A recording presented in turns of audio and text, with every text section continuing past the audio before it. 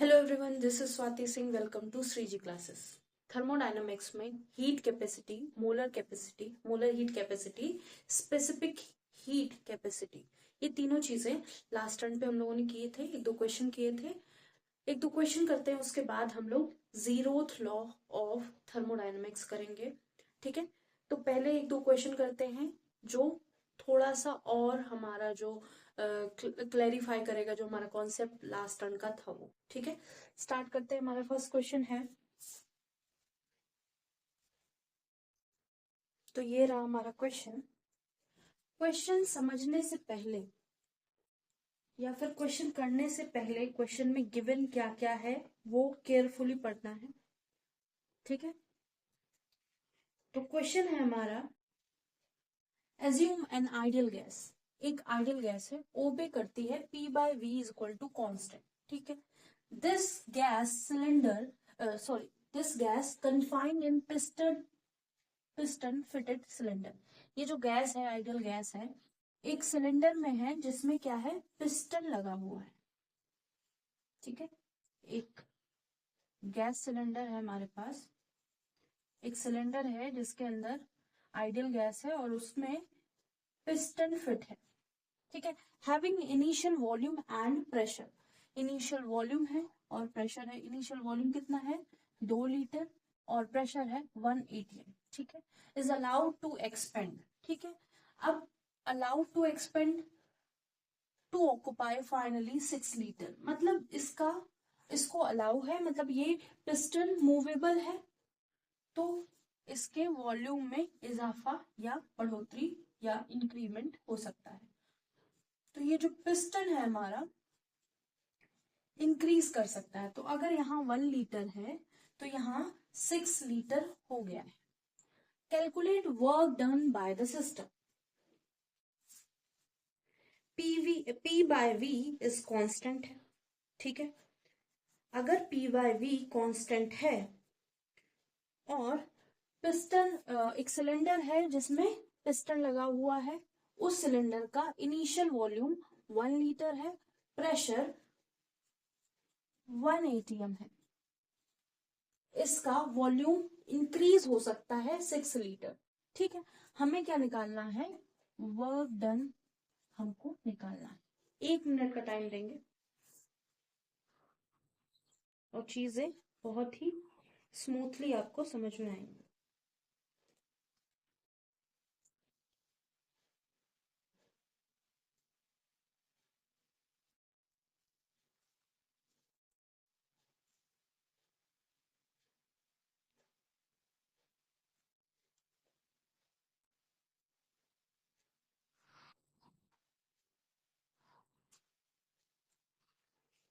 ठीक है, तो हमको गिवन क्या है, गिवन है P by V is equal to constant.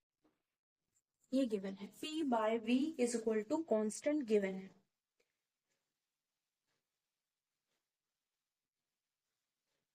कुछ ऐसा रह तो नहीं गया है, कुछ नहीं रहा है। ठीक है, अब इसको हम K मान लेते हैं, तो K इज इक्वल टू क्या हो जाएगा, P बाय V हो जाएगा। P की वैल्यू क्या है, 1 atm, और वॉल्यूम क्या है, 2 लीटर, तो इसको लीटर इनवर्स लिख सकते हैं। ठीक है, या L इनवर्स लिख लो, लीटर इनवर्स लिख लिया, atm कैपिटल L लिख देते। ठीक है, लीटर इनवर्स ये हो गया। इसको ऐसे लिख सकते हैं, हाँ लिख सकते हैं। इनिशियल कंडीशन ये है, हमें वर्क डन चाहिए, हमको वर्क डन चाहिए। W क्या होता है, W is equal to minus P delta V। मतलब हमारा प्रेशर तो सेम है लेकिन वॉल्यूम चेंज हो रहा है। प्रेशर सेम है, प्रेशर का कोई जिक्र नहीं है आगे, या कुछ दिया नहीं है, कुछ गिवन नहीं है, तो हमने मान लिया through out the process pressure of the system is 1 atm। तो फिर हमने जब इनिशियल कंडीशन में जो चीजें देखी थी वहां पे क्या हुआ, चेंज हुआ। कहाँ पे, फाइनली हमारा वॉल्यूम चेंज हुआ, वॉल्यूम हमारा जो हो गया 6 लीटर हो गया। ठीक है, तो हम work done by the system, क्योंकि सिस्टम ये खुद काम कर रहा है, इसका मतलब इसके ऊपर प्रेशर नहीं दिया जा रहा है, सिस्टम के अंदर ऑलरेडी इतना एनर्जी है कि वो अपने आप को एक्सपेंड कर रहा है और फाइनली एक्सपेंड करने के बाद उसने यहाँ से यहाँ ऐसे अपने आप ऊपर जा रहा है। उसने 6 लीटर जगह या उसका वॉल्यूम चेंज होके 6 लीटर हो गया। ठीक है, तो W equal to minus P delta V लिखेंगे। W equal to minus P delta V. अब चेंज क्या हो रहा है, वॉल्यूम, V इनिशियल से V फाइनल, तो ये हम क्या लिख सकते थे, माइनस को बाहर ले लेंगे 1 लीटर टू 6 लीटर और P को भी बाहर ले लेंगे डेल्टा V। ठीक है,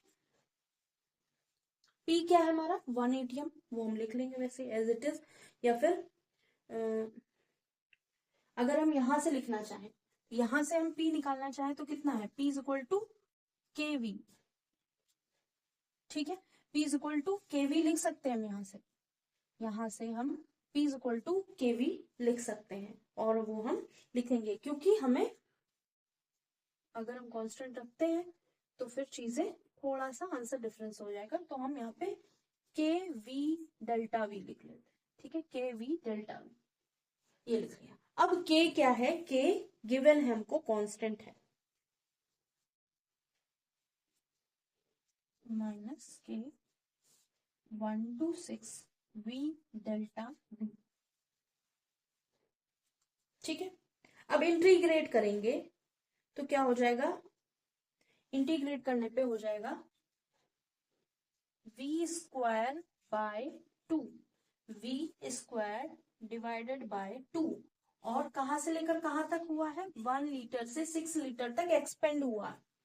सिस्टम हमारा 1 लीटर से 6 लीटर तक एक्सपेंड हुआ है। ठीक है, 1 लीटर से 6 लीटर एक्सपेंड हुआ है, के हम एज इट इज लिख देंगे। ठीक है, के हमने माइनस के एज इट इज लिखना है, माइनस के, इसको हम लिखेंगे, पहले अपर वैल्यू लिखते हैं या टॉप वाली वैल्यू रखते हैं, माइनस के 6 स्क्वायर कितना होता है 36 बाय 2, माइनस फिर लोअर वैल्यू रखेंगे 1 का स्क्वायर 1 बाय 2, 1 का स्क्वायर 1 होता है, 1 बाय 2 लिखो। दोनों के डिनोमिनेटर सेम है,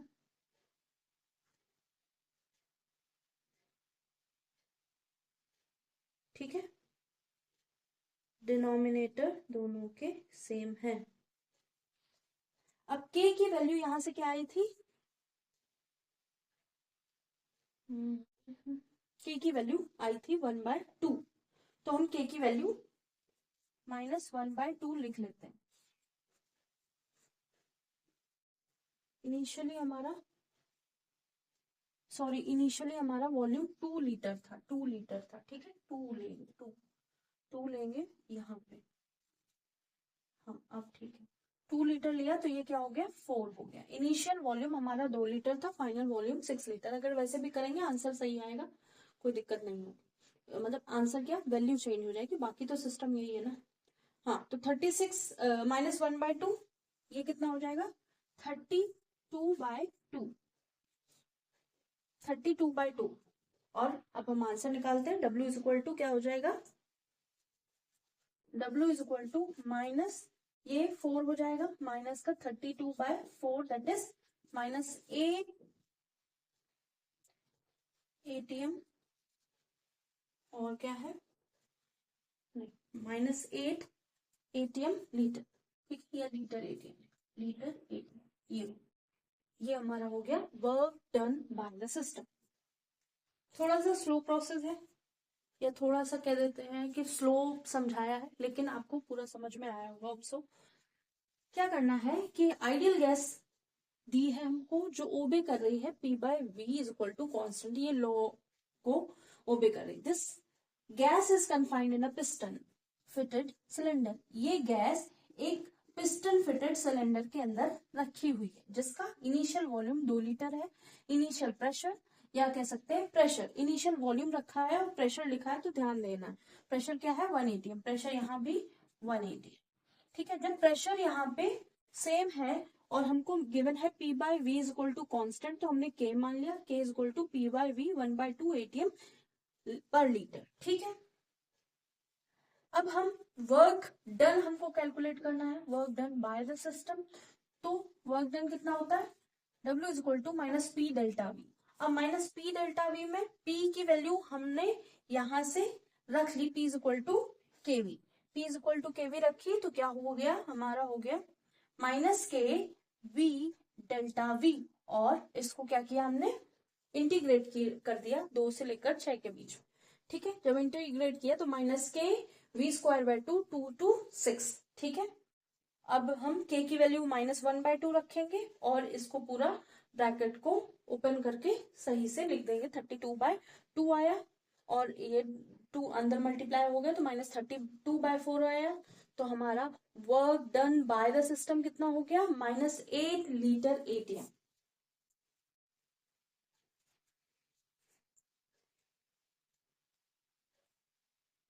होप सो ये क्वेश्चन समझ में आया होगा। 1 मिनट देते हैं, इसको नोट कर लीजिए। उसके बाद हम लोग नेक्स्ट क्वेश्चन करेंगे और फिर 0th लॉ ऑफ थर्मोडायनेमिक्स समझेंगे।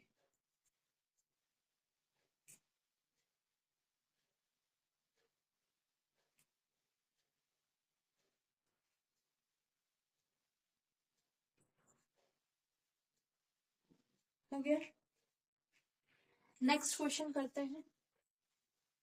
क्वेश्चन अगर बीच में करते रहेंगे तो थर्मोडायनेमिक्स थोड़ी इजी समझ में आने लगेगी कि चीजें कैसी हो रही हैं। ठीक है, इसको रब करते हैं।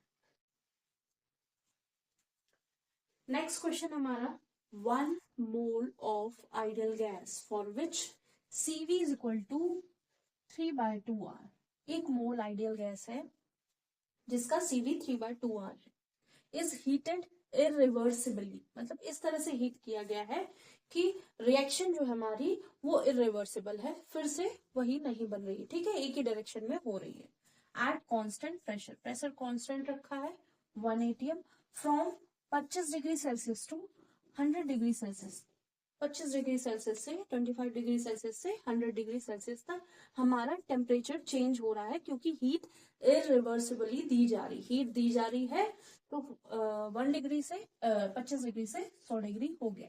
हमको डेल्टा U डेल्टा H या कह सकते हैं इंटरनल एनर्जी और एंथैल्पी फाइंड आउट करनी है, कैलकुलेट करनी है।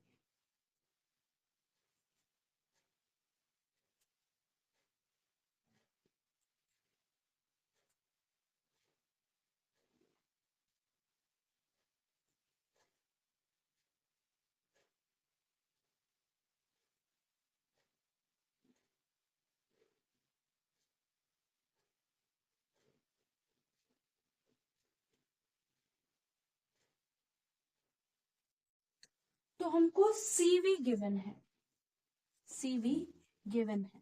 CV क्या है, heat capacity at constant volume. लेकिन यहाँ पे क्या है, कांस्टेंट प्रेशर दे रखा है, तो हमको CP की नीड है। तो CP minus CV is equal to R होता है। CP minus CV is equal to R होता है। ठीक है, यहां से हम CP निकाल लेंगे।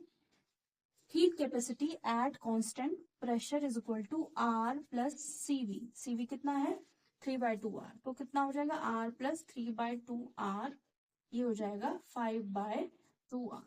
तो हमारा CP क्या हो गया, 5/2R, ये निकाल लिया। हमको डेल्टा U चाहिए, हमको डेल्टा H चाहिए। डेल्टा H क्या है, हीट गिवन टू 1 मोल। ठीक है, क्योंकि यहाँ पे भी एंथैल्पी समझाया नहीं गया है, हीट की बात हो रही है। डेल्टा H क्या है, एनर्जी, जो समझाया गया उसी के अकॉर्डिंग होगा। तो डेल्टा H क्या है, heat. Delta H is equal to heat या energy at constant pressure. Q क्या है, heat at constant pressure is equal to क्या हो जाएगा, यहाँ फॉर्मूला क्या बताया था, MS delta T। MS delta T।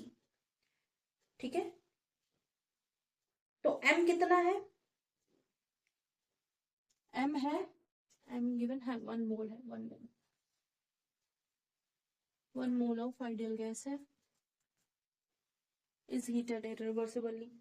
ठीक है, तो heat given to 1 mole gas में हम क्या लिख लेंगे, मास 1 ले लेंगे। ठीक है, मास 1 ले लेंगे। S क्या है, हीट कैपेसिटी। हीट कैपेसिटी यहाँ क्या है, ये है heat capacity at constant pressure, तो इसको लिख लेंगे हम 1 into CP into delta T. CP कितना आया, सीपी कितना है, एस जो है हीट कैपेसिटी होती थी यहाँ पे, लेकिन हमको हीट कैपेसिटी किस टर्म में दिया है, एट कांस्टेंट प्रेशर के टर्म में दिया है, तो हम यहाँ पे सीपी लिख लेंगे और ये हो जाएगा हमारा delta H is equal to, जो हीट चेंज या हीट एनर्जी या चेंज इन एनर्जी कहेंगे या चेंज इन हीट कहेंगे, वो हो जाएगा 1/5/2 R into delta T. Delta T कितना है, डेल्टा टी है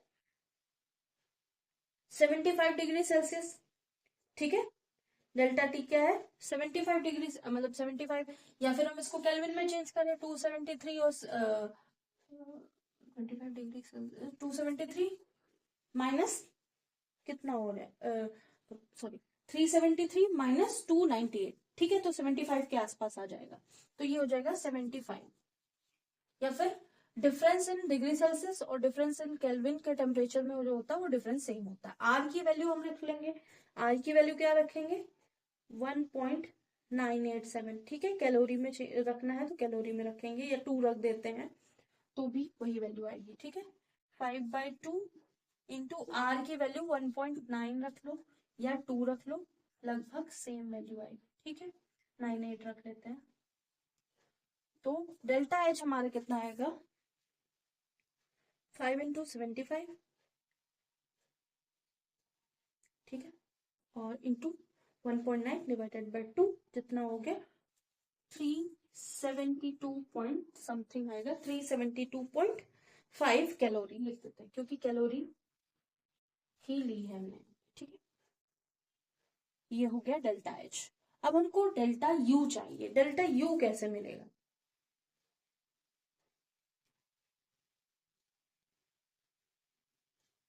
क्योंकि वर्क डन है is reversible process, work done minus N R T2 minus T1, ये है formula, work done minus N R T2 minus T1। N कितना है 1 मोल, are कितना है कैलोरी में रख देंगे -1 इंटू 1.98, और टेम्परेचर चेंज कितना है 75, ठीक है, टेम्परेचर चेंज कितना है 75, तो ये ऑलमोस्ट आ जाएगा -149 पॉइंट समथिंग कैलोरी, ठीक। वर्क डन भी एक तरह की एनर्जी है तो ये भी हम कैलोरी में लिखेंगे। अब हीट क्या होती है, अब देखिए ये है W हमारा, ठीक है, W है Q इज इक्वल टू क्या होता है डेल्टा U प्लस W, ये होता है, हमको Q पता है W पता है, U हम निकाल लेंगे, ठीक है, हमको Q पता है, Q क्या है डेल्टा H है, डेल्टा H क्या है चेंज इन हीट, ठीक है।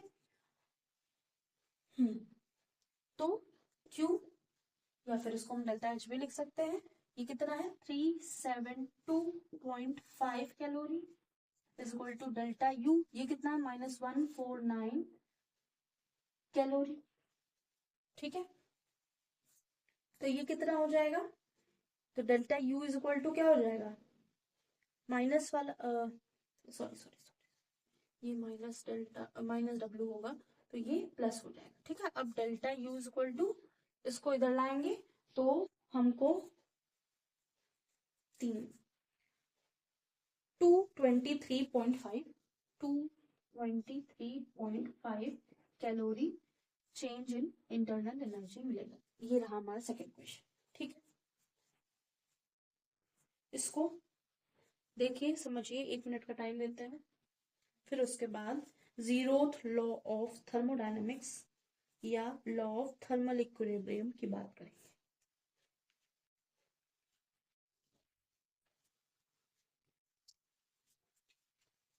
एक बार फिर से देख लेते हैं क्वेश्चन कहना क्या चाहता है। 1 mole ideal gas for which CV heat capacity at constant volume is equal to 3/2 R is heated irreversibly, मतलब एक गैस है उसको हीट किया गया, इस तरह से हीट किया गया है कि एक डायरेक्शन में काम कर रही है, एट कांस्टेंट प्रेशर, प्रेशर को कांस्टेंट रखा है 1 atm पर, और जब हीट दे रहे हैं सिस्टम को या गैस को, तो हमारा जो टेम्परेचर है 25 डिग्री से 100 डिग्री सेल्सियस पहुंच गए। अब हमको चेंज इन इंटरनल एनर्जी और चेंज इन हीट चाहिए, ठीक है। अब हमको सीवी गिवन है, कांस्टेंट प्रेशर की बात कर रहा है, तो हमको पता होना चाहिए कि heat capacity at constant pressure चाहिए हम। तो सीवी गिवन है, CP minus CV is equal to R होता है, ये हमने लास्ट टाइम पे किया था।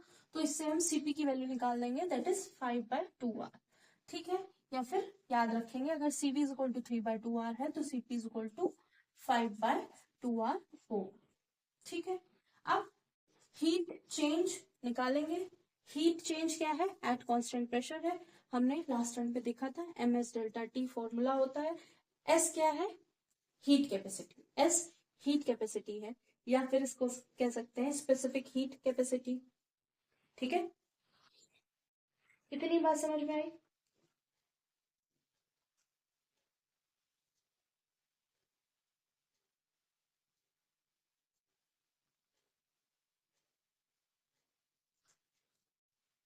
इतनी बात होप सो समझ में आ गई होगी और इसमें कोई दिक्कत नहीं हुई होगी।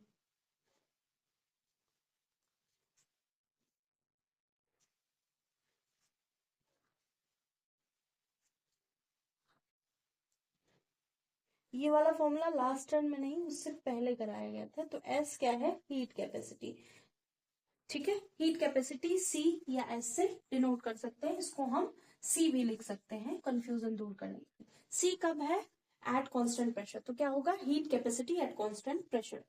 एम क्या है, 1 ले लिया है, ठीक है। एम क्या है, हमने 1 ले लिया है, और एम एक्चुअल में होता क्या है, एम होता है मास, ठीक है, सॉलिड या लिक्विड का मास, ठीक है। यहाँ पे 1 ग्राम, क्योंकि 1 ग्राम या, एक मिनट,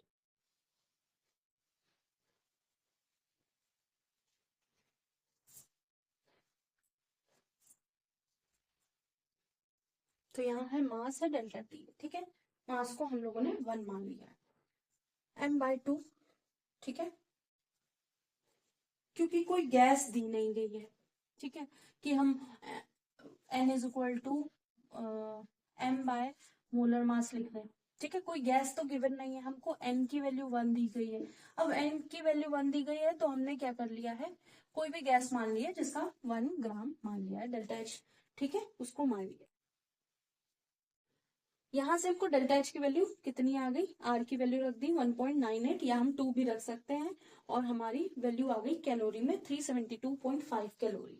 वर्क डन की बात करेंगे, क्यों, क्योंकि हमको डेल्टा यू चाहिए, हमको ये पता है, इससे हम डेल्टा यू निकाल सकते हैं। क्यों, क्या है, हीट, हीट यही है, एट कांस्टेंट प्रेशर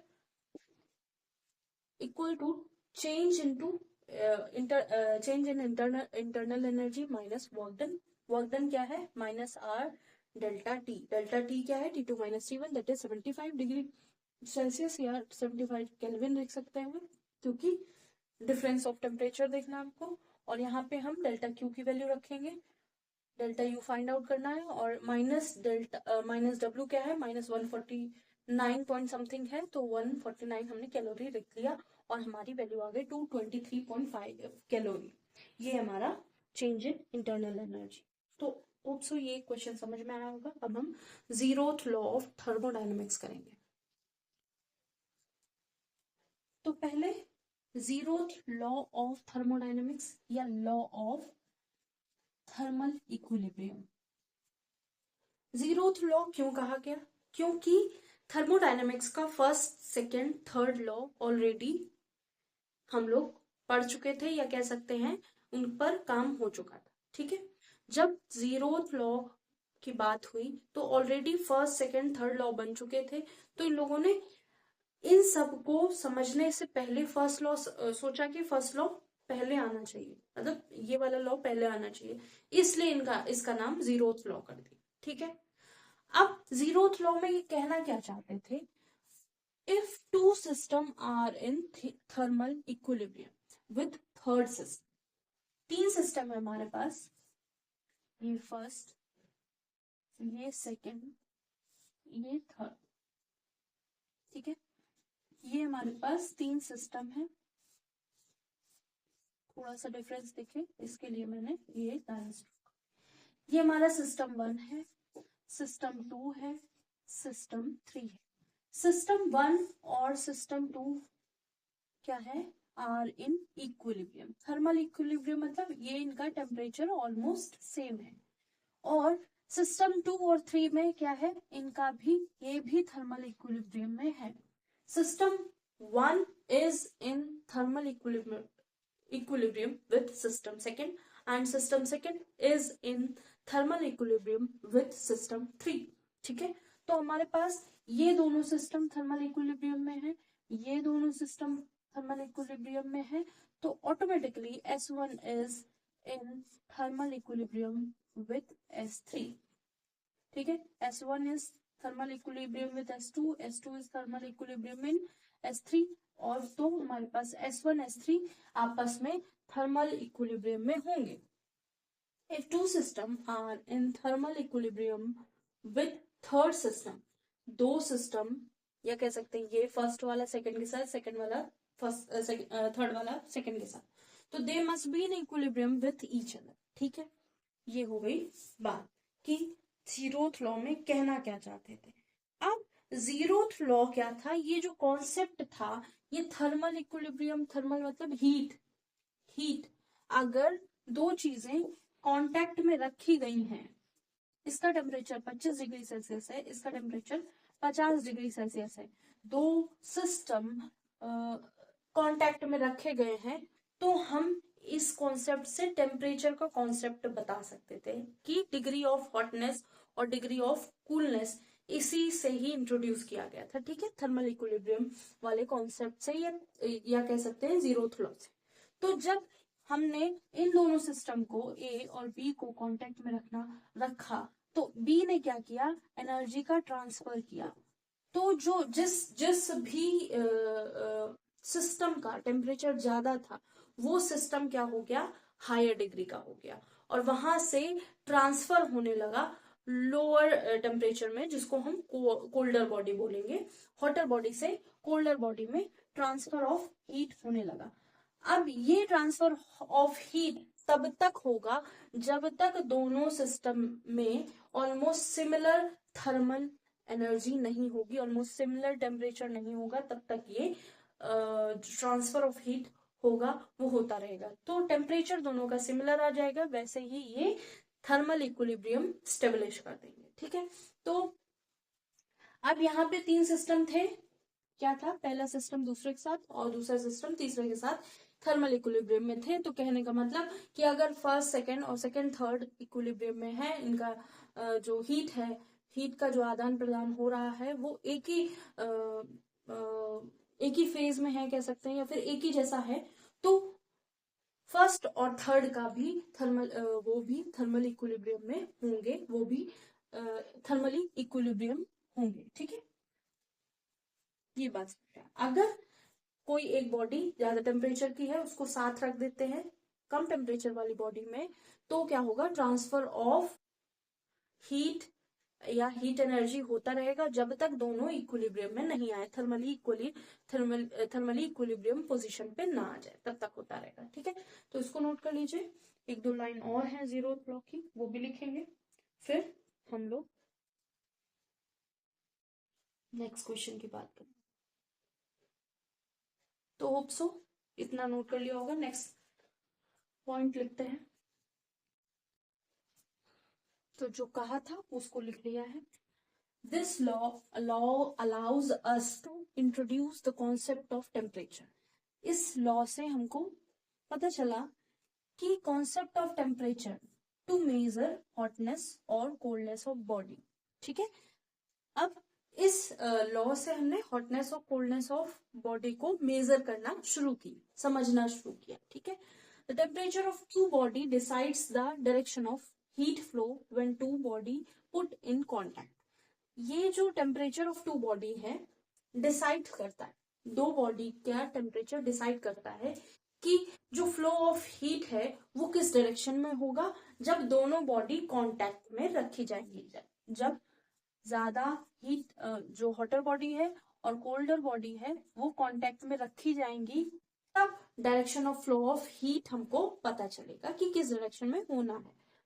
तो जो हॉटर बॉडी है वहां से कोल्डर बॉडी की तरफ फ्लो ऑफ हीट होगा। ठीक है, जब कांटेक्ट में होंगी तभी, अलग अलग रखी होंगी तब नहीं हो रहा होगा। ठीक है, heat flow from hotter body to colder body to attain equilibrium. Heat का फ्लो क्यों हो रहा है? हीट का फ्लो इसलिए हो रहा है कि जब दो बॉडी कांटेक्ट में रखी गई तो सेम कंडीशन चाहती हैं, सेम एटमॉस्फेयर चाहती हैं, या फिर ऐसा चाहते हैं जैसा हम हैं वैसा ही हमारा साथ वाला हो जाए। तो पार्टिकल्स क्या कर रहे हैं? अपनी एनर्जी ट्रांसफर कर रहे हैं या हीट ट्रांसफर कर रहे हैं हॉटर बॉडी से कोल्डर बॉडी की तरफ। ठीक है, तो जीरोथ लॉ ऑफ थर्मोडायनेमिक्स में यही होता है कि जब बॉडी कांटेक्ट में होती हैं तो वो इक्विलिब्रियम अटेन करना चाहती हैं। ठीक है, जब इक्विलिब्रियम अटेन करते हैं, जब दो बॉडी, कह सकते हैं दो अलग डिफरेंट बॉडी सेम बॉडी के साथ थर्मल इक्विलिब्रियम बना रही होती हैं, तो फर्स्ट और लास्ट बॉडी भी थर्मल इक्विलिब्रियम में होंगी। और ये सब थर्मल इक्विलिब्रियम होने से पहले की बात है कि अगर बॉडी कांटेक्ट में रखी गई है तो वो चाहती हैं कि वो थर्मल इक्विलिब्रियम में आगे जाएं या फिर उनका कंडीशन या टेम्परेचर सेम हो जाए, इसलिए फ्लो ऑफ हीट होती है from one hotter body to colder body जब वो कांटेक्ट में रखी जाती है। ठीक है, तो इसको नोट कर लीजिए। और जीरोथ लॉ इसलिए कहा गया क्योंकि फर्स्ट सेकंड थर्ड लॉ पहले ही इंट्रोड्यूस हो चुके थे थ्योरी में, और पहले ही उन पर काम हो चुका था, ये बाद में आया था, इसलिए इसको, और इसका जो कॉन्सेप्ट था वो तीनों के लिए इम्पोर्टेंट था, इसलिए इसको पहले रख दिया गया, क्योंकि थ्री लॉज ऑफ थर्मोडायनेमिक्स पहले ही फ्रेम किए जा चुके थे।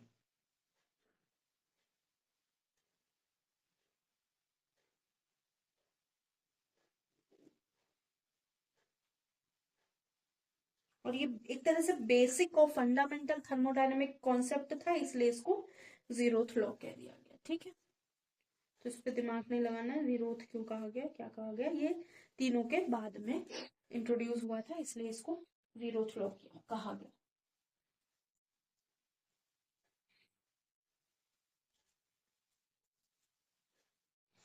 तो होप सो आज की क्लास समझ में आई होगी। कुछ भी ऐसा लगा हो कि नहीं समझ में आया तो आप कमेंट कर सकते हैं, आप सजेस्ट कीजिए, आपको कुछ भी नया पढ़ना है उसके लिए हम आपको जरूर रिप्लाई करेंगे। हैंड रिटन नोट चाहिए हो तो उसके लिए भी आप कमेंट कर सकते हैं। आज के लिए इतना ही। लाइक कीजिएगा, सब्सक्राइब कीजिएगा, शेयर कीजिएगा, बताइएगा क्लासेस कैसी लग रही है। Thank you.